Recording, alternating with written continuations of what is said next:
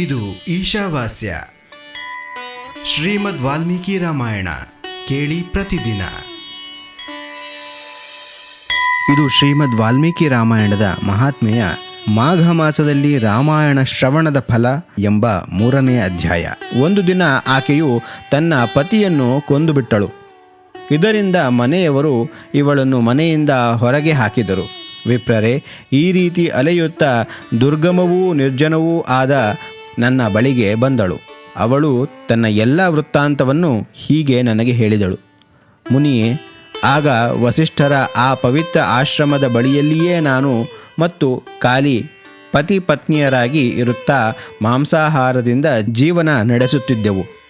ಒಂದು ದಿನ ನಾವಿಬ್ಬರು ಜೀವನ ನಿರ್ವಾಹಕ್ಕಾಗಿ ಅಲ್ಲೇ ಇರುವ ವಸಿಷ್ಠರ ಆಶ್ರಮಕ್ಕೆ ಹೋದೆವು.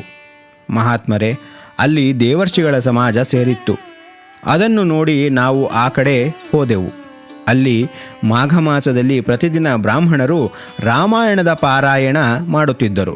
ಆಗ ನಾವು ನಿರಾಹಾರಿಯಾಗಿದ್ದೆವು ಹಾಗೂ ಪುರುಷಾರ್ಥ ಮಾಡಲು ಸಮರ್ಥರಾಗಿದ್ದರೂ ಹಸಿವು ಬಾಯಾರಿಕೆಗಳಿಂದ ಕಷ್ಟಪಡುತ್ತಿದ್ದೆವು. ಆದ್ದರಿಂದ ಇಷ್ಟವಿಲ್ಲದಿದ್ದರೂ ವಸಿಷ್ಠರ ಆಶ್ರಮಕ್ಕೆ ಹೋಗಿದ್ದೆವು. ಭಕ್ತಿಪೂರ್ವಕ ರಾಮಾಯಣದ ಕಥೆ ಕೇಳಲು ನಾವು ಅಲ್ಲಿಗೆ ಹೋಗುತ್ತಾ ಇದ್ದೆವು.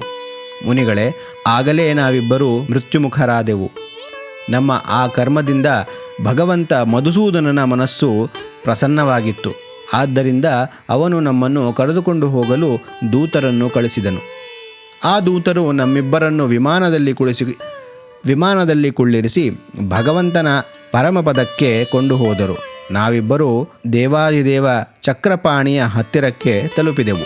ಅಲ್ಲಿ ನಾವು ಅನೇಕ ದಿವ್ಯ ಭೋಗಗಳನ್ನು ಅನುಭವಿಸುತ್ತಾ ಕೋಟಿ ಸಾವಿರ ಯುಗಗಳವರೆಗೆ ಶ್ರೀರಾಮಧಾಮದಲ್ಲಿ ವಾಸಿಸಿ ನಾವು ಬ್ರಹ್ಮಲೋಕಕ್ಕೆ ಹೋದೆವು. ಅಲ್ಲಿಯೂ ಅಷ್ಟೇ ಸಮಯ ಇದ್ದು ನಾವು ಇಂದ್ರಲೋಕಕ್ಕೆ ಹೋದೆವು. ಮುನಿಶ್ರೇಷ್ಠರೇ, ಇಂದ್ರಲೋಕದಲ್ಲಿಯೂ ಅಷ್ಟೇ ಸಮಯ ಪರಮ ಉತ್ತಮ ಭೋಗಗಳನ್ನು ಭೋಗಿಸಿದ ಬಳಿಕ ನಾವು ಕ್ರಮವಾಗಿ ಈ ಭೂಲೋಕಕ್ಕೆ ಬಂದೆವು. ಇಲ್ಲಿಯೂ ಕೂಡ ರಾಮಾಯಣದ ಪ್ರಸಾದದಿಂದ ನಮಗೆ ಅತುಲ ಸಂಪತ್ತು ಪ್ರಾಪ್ತವಾಗಿದೆ. ಮುನಿಗಳೇ, ಇಚ್ಛೆ ಇಲ್ಲದ ರಾಮಾಯಣವನ್ನು ಶ್ರವಣಿಸಿದರೂ ನಮಗೆ ಇಂತಹ ಫಲಪ್ರಾಪ್ತಿಯಾಯಿತು. ಧರ್ಮಾತ್ಮರೇ, 9 ದಿನಗಳವರೆಗೆ ಭಕ್ತಿ ಭಾವದಿಂದ ರಾಮಾಯಣದ ಅಮೃತಮಯ ಕಥೆಯನ್ನು ಕೇಳಿದರೆ ಅದು ಜನ್ಮ ಮೃತ್ಯುವನ್ನು ನಾಶ ಮಾಡುವಂತಹುದು. ವಿಪ್ರವರ್ಯರೇ, ವಿವಶನಾಗಿ ರಾಮಾಯಣ ಕೇಳಿದರೂ ಅದರ ಪ್ರಸಾದದಿಂದ ಪರಮ ಮಹತ್ಫಲ ದೊರೆಯುವುದು. ಶ್ರೀಮದ್ ವಾಲ್ಮೀಕಿ ರಾಮಾಯಣದ ಮಹಾತ್ಮೆಯ 3ನೇ ಅಧ್ಯಾಯ ಮುಂದುವರಿಯುವುದು ಮುಂದಿನ ಭಾಗದಲ್ಲಿ.